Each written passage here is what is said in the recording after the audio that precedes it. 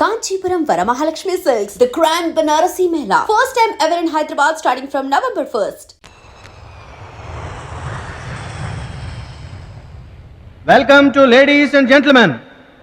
ప్రపంచ ప్రసిద్ధి చెందిన టైక్వాండో గేమ్ని మన రాష్ట్రంలో ప్రవేశపెట్టడమే కాకుండా మొదటిసారిగా మన జంట నగరాల్లో టైక్వాండో పోటీలు జరగడానికి కారకులు కోచ్ పరశురామ్ గారు.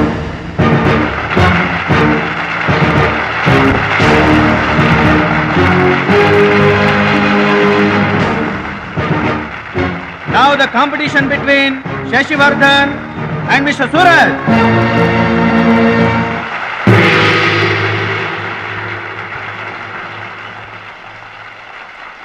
Go each.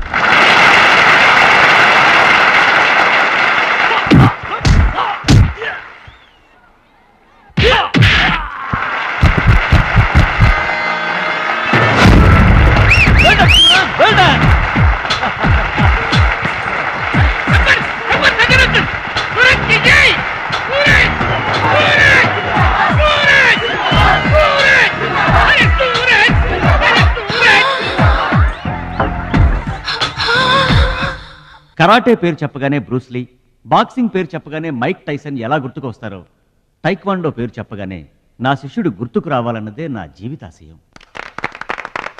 ఖోఖో, కబడ్డీలను జాతీయ క్రీడలుగా గుర్తించినట్లే ఈ టైక్వాండో గేమ్ని ప్రభుత్వం గుర్తించడం నాకెంతో ఆనందంగా ఉంది. ఈ సందర్భంగా స్పోర్ట్స్ అథారిటీస్ వారిని ఈ గేమ్ని మరింతగా ప్రోత్సహించవలసిందిగా రిక్వెస్ట్ చేస్తూ ఇప్పుడు త్రినాథ్ గారిని మాట్లాడవలసిందిగా కోరుకుంటున్నాను. ప్లీజ్. ముందుగా మనం అభినందించాల్సింది కోచ్ పరశురామ్ గారిని.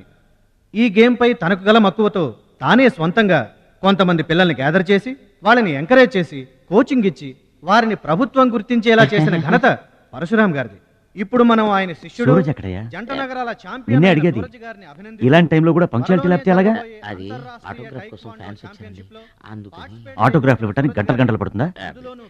పేపర్ మీద సంతకం అయితే 10 సెకండ్లో పెట్టొచ్చండి. టాప్ టు బాటమ్ ఆటోగ్రాఫ్ అడిగింది, అందుకని పైన పైన గదిలో పెడుతున్నాడు.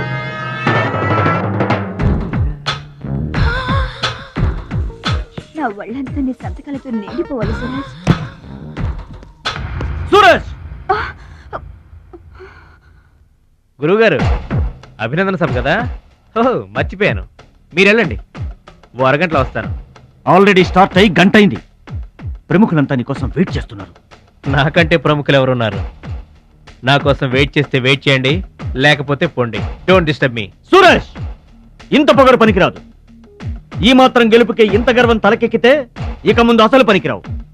నా శిష్యుడిగా చేర్చుకునే ముందే చెప్పాను, మత్తుకి మగవకి దూరంగా ఉండాలని. సరేనన్నావు, మాట తప్పావు. చెప్తున్నా విను. నీ పద్ధతి మార్చుకోకపోతే నీకు నాకు ఎటువంటి సంబంధం ఉండదు. హలో, అలా అయితే నష్టపోయేది నువ్వే. నా వల్ల నీకు పేరు వచ్చింది కానీ నీ వల్ల నాకు పేరు రాలేదు. వినాశకాలే విపరీత బుద్ధి. అన్నం పెట్టిన అమ్మను, విద్య నేర్పిన గురువును అవమానించిన వాడు బాగుపడటరా. నీ అలవాట్లే నిన్ను సర్వనాశనం చేస్తాయి. రేయ్, నేను తలుచుకుంటే నీలాంటి వాళ్లను 100 మందిని తయారు చేయగలను. 100 మందిని తయారు చేస్తావా? ఏంట్రా నువ్వు తయారు చేసేది? ప్రపంచానికి సూర్యుడొక్కడే, చంద్రుడొక్కడే, టైక్వాండోకి సూరజ్ ఒక్కడే. Get out your rascal.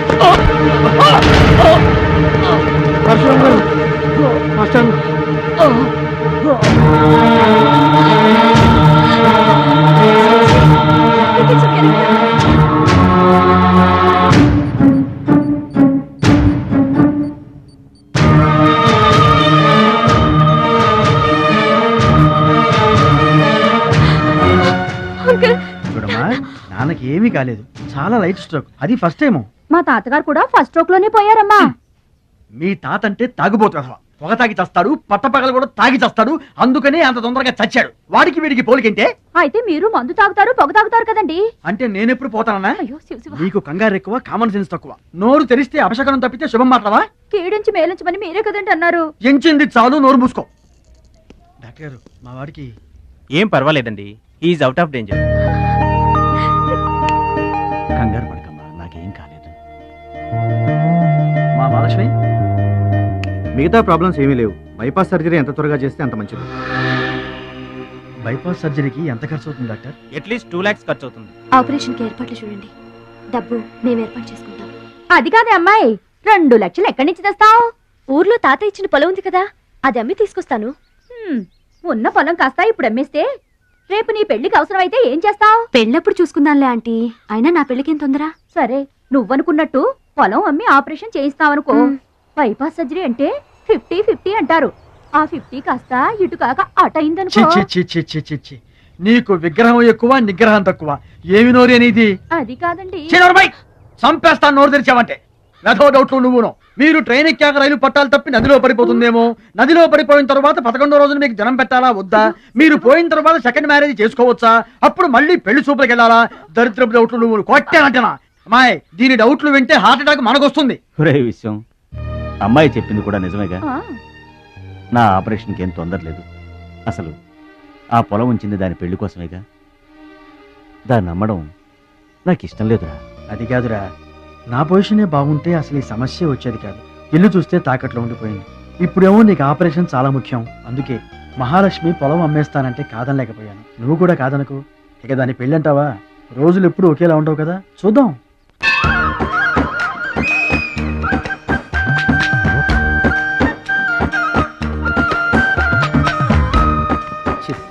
పెరవాసన.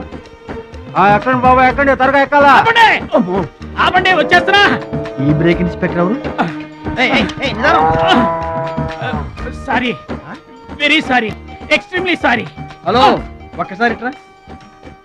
నీకు ఫోకస్ ఎక్కువ, ఫీలింగ్ తక్కువలా ఉంది. గేదెకి ఎవరన్నా సారీ చెబుతారా? తప్పే ఉంది మాస్టారు. మీరు నా మీద పడ్డారనుకోండి, మీరు నాకు సారీ చెప్తారుగా. చెప్తే అలాగే దానికి కూడా నేను చెప్పాను. గేదెలు కూడా మనలాంటి ప్రాణులేగా. మనలాంటి కాదు, నీలాంటి.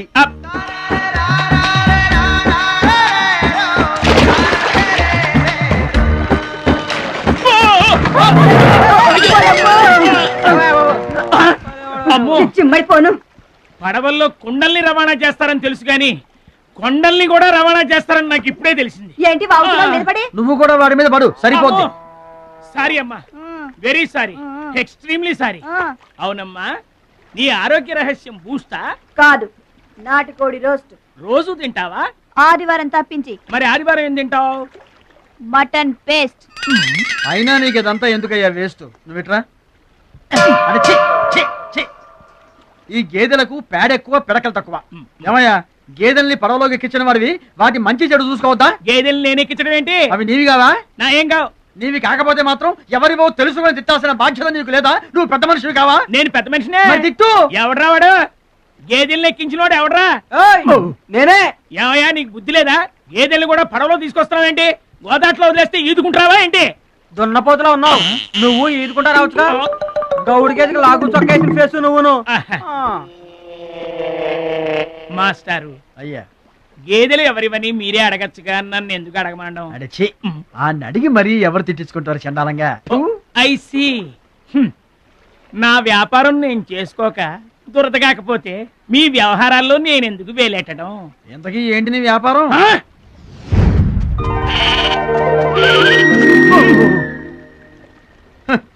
నీకు బిల్డప్ ఎక్కువ, బిల్డింగ్ తక్కువ. గొడుగుల వ్యాపారానికి ఎంత అవసరమా?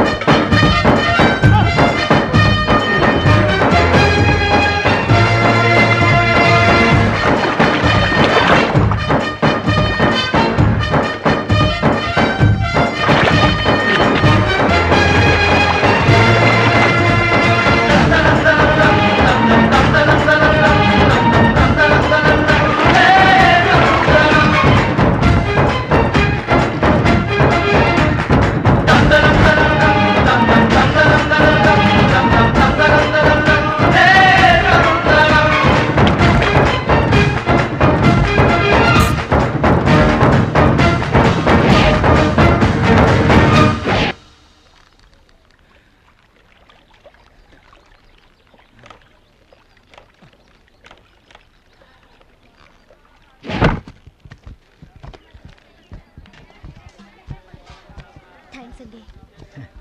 నువ్వెవరూ గాని నీకు ఒకటి ఎక్కువ ఒకటి తక్కువ అని చెప్పలేవయ్యా. గోదావరంత గుండె, భద్రాద్రంత కండ, సాక్షాత్తు రాముల వారిలో వచ్చి కాపాడేవయ్యా. నూరేళ్ళు చల్లగా ఉండు. మా బాగా చెప్పారండి. భద్రాచలం, ఆ గంగమ్మ తల్లికి నువ్వంటే ప్రాణం రా. ఆ తల్లి నిన్నెప్పుడు చల్లంగా చూసుకుంటుంది. సరే గాని ఇంతకీ ఆ పడవ ఎందుకు బెసికింది? బెసడానికి కాను ఆ గొడుగులాడన్నా. గొడుగులోడా? గొడుగులు వ్యాపారమా అని తేలిగ్గా తీసిపారేకు. ఇదిగో మా ఊళ్ళో ఈ గొడుగులు ఎవరు వాడరు, అందరూ తాటా గొడుగులే వాడతారు. నా కెపాసిటీ నీకు తెలీదు. ఊటీలో విసనకర్రలు అమ్మాను, హిమాలయాల్లో ఐస్ క్రీములు కప్పులు కప్పులు అమ్మాను. అబ్బా, టాటా లేడు టాటా, ఆయనకి నేను ఇనుము అమ్మాను. అంతెందుకు అడవిలో ఆకులు కూడా అమ్మగలను. అది మన కెపాసిటీ. సుబ్రాయుడు అయ్యా, నేను ఎక్కడికి వెళ్ళేవారు కనిపించలేదు. వెళ్ళానండి. సర్లేగానే ఈ గడ్డి మోపు తీసుకెళ్ళి మా దొడ్లో పడేసేళ్ళు. ఈడెవడండి బాబు? అటు చూడబోయా. ఏంటి? ఆ మిసలైన వస్తున్నాడా? వస్తున్నాడు. ఆయనకు ఒక్క గొడుగు అమ్మి నీ కెపాసిటీ చూపించబోయా. ఒక్కటేంటి, నా దగ్గర ఉన్న 16 గొడుగులు అమ్మేస్తా. అక్కర్లేదు, ఒక్కటి అమ్మి చూపించు. ఏట్రా కనిపించడేటి? ఆ సందులో ఎదుగుతాం పదా. చాలా బాగున్నా. చాలా బాగుంటుందండి. ఎంత కమ్ముతున్నావు ఏంటి? ఎంతండి? 100. 100 అంతేనండి. చాలా చీప్. చెకింగ్ చేసుకోవచ్చా? బాగా చెకింగ్ చేసుకోండి. ఎందుకైనా ఎలాగైనా ఎప్పుడైనా చెకింగ్ చేసుకోండి. 5 years గ్యారంటీ. ఏంటి ఎలాగైనా చెకింగ్ చేసుకోవచ్చు? అలాగే చేసుకోండి. చాలా మంచుడు నువ్వు. అయ్యో అయ్యో, అరుస్తావేంటయ్యా? చెకింగ్ చేస్తున్నాను. ఇదేం చెకింగ్ అండి? అయ్యో అయ్యో అయ్యో అయ్యో, నా కొడుకు కొడుకు కొడుకు నా కొడుకు నా కొడుకు. జాగ్రత్తవేంటా? చెకింగ్ చేసుకోమని నువ్వే కదా చెప్పావు. చెకింగ్ ఇలా కూడా ఉంటుందా అండి? ఇది ఎంత? ఓ మీటర్ ఉంటుందండి. మీటర్ సరే, రేట్ ఎంత? 15 rupees. అయ్యో, ఈ పీడి ఎంత? ఎరా పింక్ మార్కు, మొత్తానికి మాటే పడిపోయింది ఏంటి నీకు? కొంటావా? వద్దండి. సరే ఒక సొట్టి. గడుగులు గడుగులు గడుగులు గొడుగు కావాలా? ఏంట్రా, నీకు ఏమైంది? చుక్కలు కావాలా? ఏమోడబెట్టి మన పిచ్చేమో గొడుగు అమ్మపోయాడు, పిచ్చాడు అయిపోయాడు. నాన్న పట్నం నుంచి మాలేష్ వచ్చింది. పట్నం నుంచి మహాలక్ష్మి వచ్చిందా? కూడా ఎవరు వచ్చారు? విశ్వంగారు. చూడమ్మాయి, నీ ఇష్టమైన చోట చదువుకో, నీ ఇష్టమైన చోట కాపురం చేసుకో, కానీ పెళ్లి మాత్రం ఇక్కడే ఈ ఊళ్ళోనే జరగాలి. ఎందుకంటే మన 2 కుటుంబాలకి నువ్వు ఒక్కదానివేనే ఆడపిల్లని. ఎప్పుడో ఇంత ఉన్నప్పుడు చూశాను, మళ్ళీ ఇంత అయిన తర్వాత చూస్తున్నాను. నువ్వు వచ్చావు ఇంటికి పండగ కలు. ఎవడో బాగా బాగున్నారా? మీరు బాగున్నారా? నాకేంటండి శబాసుగా ఉన్నాను. రండి కూర్చొని మాట్లాడుకుందాం. నా ఇంట్లో నాకు మర్యాదలు ఏంటండి? ఏంటండి సంగతులు? ఏం లేదు, మీ అన్నయ్య గారిది. ఏంటే అసలు ఆడు ఊసే నా దగ్గర ఎత్తొద్దు. లేకపోతే ఏంటంటే ఆడు తమ్ముడు నేను ఒకటి ఇక్కడ ఉన్నాను, నాకు కొంప గోడు పిల్ల జల్ల ఉన్నారని ఆడు గుర్తుంటే ఏడాది కోపాలని ఇక్కడికి రాకపోతాడా? అసలు మేము ఉన్నామోలేమో చూడకపోతాడా? అది కాదు బాబాయ్, నాన్నకి 24 గంటలు ఆటలు పోటీలు, ఇదేగా మీ నాన్నగారి చేస. రావటం కుదరలేదు అంటావు. అమ్మా రాని పెదనాన్న గురించి ఎందుకు గాని, చెల్లెం వచ్చింది కదా, నువ్వు వెళ్ళి పూరిల సంగతి చూడు. యారా చేసిన పూరీలు మొత్తం మీరిద్దరూ లాగించడమేనా? వచ్చిన వాళ్ళకి ఏమైనా పెట్టేది ఉందా? యువతలో పెద్ద మనిషి విశ్వం గారు వచ్చారు, ఆయన మంచి మర్యాద చూడొద్దు. అయ్యో భలేవాళ్ళే, మన ఇంట్లో నాకు ప్రత్యేకించి మర్యాదలు ఏంటండి? మీరెవరు? అసలు మీరు ఎవరనే? 20 ఏళ్లగా మా అన్నయ్య మీ ఇంట్లో అద్దెకుంటున్నా ఏనాడన్నా మీరు ఆయన అద్దె మనిషిలో చూసారా? ఆయన కూడా అది తన సొంత ఇల్లు లాగానే చూసుకుంటున్నారా? మీకు పిల్లలు లేకపోయినా మా లక్ష్మినే మీ సొంత బిడ్డలా చూసుకుంటున్నారా? ఎవరండి ఈ రోజుల్లోనూ? మీకు కాకపోతే ఇంకెవరికి చేస్తామండి మర్యాదలో? సర్లేండి, మర్యాదలు లేవుంది కానీ ఇంతకీ అమ్మాయి నేను ఇక్కడికి వచ్చింది ఎందుకు? అదే ఊళ్ళో. నేను అడగను. అది ఎంత ముఖ్యమైన పని అయినా సరే నేను పట్టించుకోను.